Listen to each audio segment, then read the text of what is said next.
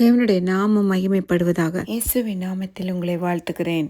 அன்பான கர்த்தருடைய பிள்ளைகளே, வெளிப்படுத்தல் 11வது அதிகாரம் மிட் ட்ரிபுலேஷன் பீரியடை பற்றி குறிக்கிறது. ப்ரீ ட்ரிபுலேஷன் பீரியட் என்பது 7 முத்திரை நியாய தீர்ப்பையும் எக்கால நியாய தீர்ப்பையும். வெளிப்படுத்தல் 11வது அதிகாரத்தில் மிட் ட்ரிபுலேஷன் பீரியட்ல 2 சாட்சிகள் வானத்திலிருந்து இறங்கி வருவார்கள். அவர்கள் 1260 நாளளவும் தீர்க்க தரிசனம் சொல்லும்படி அவர்களுக்கு அதிகாரம் கொடுப்பார். அவர்கள் பூமியில் உள்ள சகல ஜனங்களுக்கும் ரட்சிப்பின் சுவிசேஷத்தை அறிவிப்பார்கள். பூலோகத்தில் உள்ள ஆண்டவருக்கு முன்பாக நிற்கிற 2 ஒலிவ மரங்களும் 2 விளக்கு தண்டுகளும் இவர்களே. இந்த 2 சாட்சிகள் யார்? வேத ஆராய்ச்சியாளர் ஒவ்வொருவரும் இந்த 2 சாட்சிகளை குறித்து வேறு வேறாக கருதுவார்கள். சிலர் ஏனோக்கு எலியா, சிலர் ஏனோக்கு அப்போஸ்தலனாகிய யோவான், வேறு சிலர் மோசே பவுல்.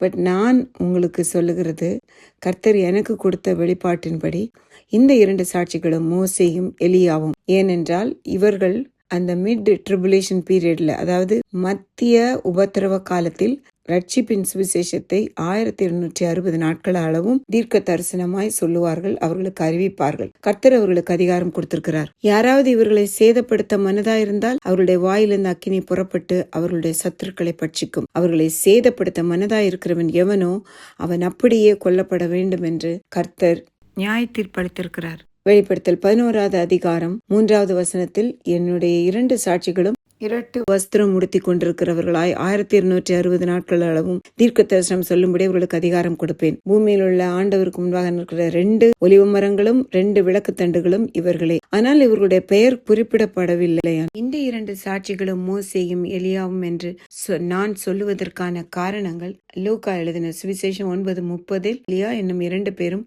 மகிமையோடு காணப்பட்டு அவருடனே சம்பாஷணை பண்ணி அவர் எருசலேமிலே நிறைவேற்ற போகிற அவருடைய மரணத்தை குறித்து பேசிக் கொண்டிருந்தார்கள். இந்த மோசேயும் எலியாவும் 2000 வருஷத்திற்குள்ளாய் அவர்கள் பூமிக்கு மறுபடியும் வந்தவர்கள். இந்த 2 பெரிய தீர்க்க தரிசிகளும் அவர்கள் முக்காலத்திற்கு உரியவர்கள். பழைய ஏற்பாடு அப்போஸ்தலர் காலத்தில் அவர்கள் வந்திருக்கிறார்கள், மறுபடியும் அவர்கள் வரப்போகிறார்கள். அதனால சாலிட் ரீசன்ஸ் என்னன்னா, அதற்கான காரணங்கள், மற்றும் ஒரு காரணம், அவர்கள் அப்போஸ்தலர்களை ஏற்கனவே சந்தித்திருக்கிறார்கள், வந்து ஏசாமியை பார்த்திருக்கிறார்கள். அதனால திரும்பவும் அவர்கள் தான் வருவார்கள் என்று நான் நிச்சயித்திருக்கிறேன். வெளிப்படுத்தல் 11:6வது வசனத்தில் சொல்லப்பட்டிருக்கிறது, இவர்கள் தீர்க்க தரிசனம் சொல்லி வருகிற நாட்களிலே மழை பெய்யாதபடிக்கு வானத்தை அடைக்க அவர்களுக்கு அதிகாரம் உண்டு. இது யார்? பழைய ஏற்பாட்டில் வானத்தை அடைத்து மழை பெய்யாதபடி செய்ய அதிகாரம் கொண்ட தீர்க்கதரிசி எலியா தீர்க்கதரிசி. இன்னொரு தீர்க்கதரிசி யார் என்றால், அவர்கள் 6ஆம் வசனத்தில் தண்ணீர்களை இரத்தமாக மாற்றவும் தங்களுக்கு வேண்டும் போதெல்லாம் பூமியை சகலவித வாதைகளாலும் வாதிக்கவும் அவர்களுக்கு அதிகாரம் உண்டு. இந்த அதிகாரத்தை பெற்றவர் இஸ்ரவேலின் இரட்சகனாகிய மோசே. அதனால்தான் உங்களுக்கு நான் எலியா மோசே என்று சொன்னேன். இந்த 2 சாட்சிகளும் இவர்களே, எலியா மோசே. 2 ஒலிவ மரங்களும் இவர்களே, 2 விளக்கு தண்டுகளும் இவர்களே. இவர்களுக்கு என்ன நேரிட போகிறது? வெளிப்படுத்தல் 11:7வது வசனத்தில் அவருடைய சாட்சியை சொல்லி முடித்திருக்கும் பொழுது பாதாளத்திலிருந்து மிருகம் ஏறி வந்து இவர்களோட யுத்தம் பண்ணி அவர்களை கொன்று போடும். இவர்களுடைய உடல்கள் மகா நகரத்தின் விசாலமான வீதியிலே கிடக்கும்.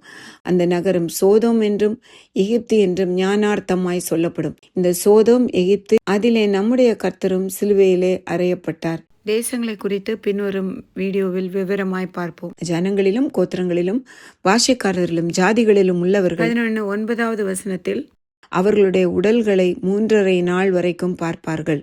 அவர்களுடைய உடல்களை கல்லறையில் வைக்க ஒட்டார்கள். அப்படியே இவங்க மரணித்து அவர்களுடைய உடல் தெருவிலே கிடக்கும். 2 தீர்க்க தரிசிகளும் நிமித்தம் பூமியில் குடியிருக்கிறவர்கள் சந்தோஷப்பட்டு களிகூர்ந்து ஒருவருக்கொருவர் வெகுமதிகளை அனுப்புவார்கள். 3½ நாளைக்கு பிறகு என்ன நடக்குதுன்னு பாருங்க. தெருவில் இருக்கும் மோசே எலியாவின் உயிரற்ற உடல் 11வது அதிகாரம் 11வது வசனத்தில் 3½ நாட்களுக்கு பின்பு தேவனிடத்திலிருந்து ஜீவ ஆவி அவர்களுக்குள் பிரவேசித்தது. அப்பொழுது அவர்கள் காலூன்றி நின்றார்கள்.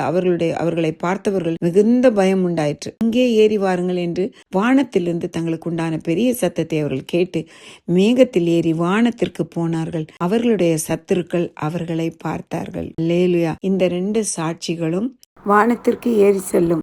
தெருக்களில் உயிரற்ற எலியா மோசேயின் சடலங்கள் கிடக்கும் பொழுது வானத்திலிருந்து ஜீவ ஆவி அவர்களுக்குள் பிரவேசித்து அவர்கள் உயிர் பெற்று அதை பார்த்து எல்லாரும் பயப்படுவார்கள். அதன் பின்பு வானத்திலிருந்து ஏறி வாருங்கள் என்று அவர்களுக்கு பெரிய சத்தம் உண்டான பொழுது சத்தத்தை கேட்டு மேகத்தில் ஏறி வானத்திற்கு போனார். அந்நேரத்திலே பூமி மிகவும் அதிர்ந்தது. உடனே அந்த நகரத்தில் 1/10 இடிந்து விழுந்தது.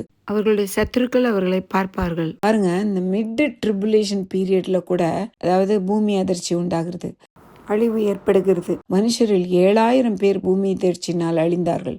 மீதியானவர்கள் பயமடைந்து பரலோகத்தின் தேவனை மகிமைப்படுத்தினார்கள். இன்னும் அழிவு நடக்குது. இந்த 2 சாட்சிகள் யாராய் இருப்பார்கள் என்று நீங்கள் நினைக்கிறீர்கள்? அதை குறித்து கமெண்ட் செக்ஷன்ல போடுங்க.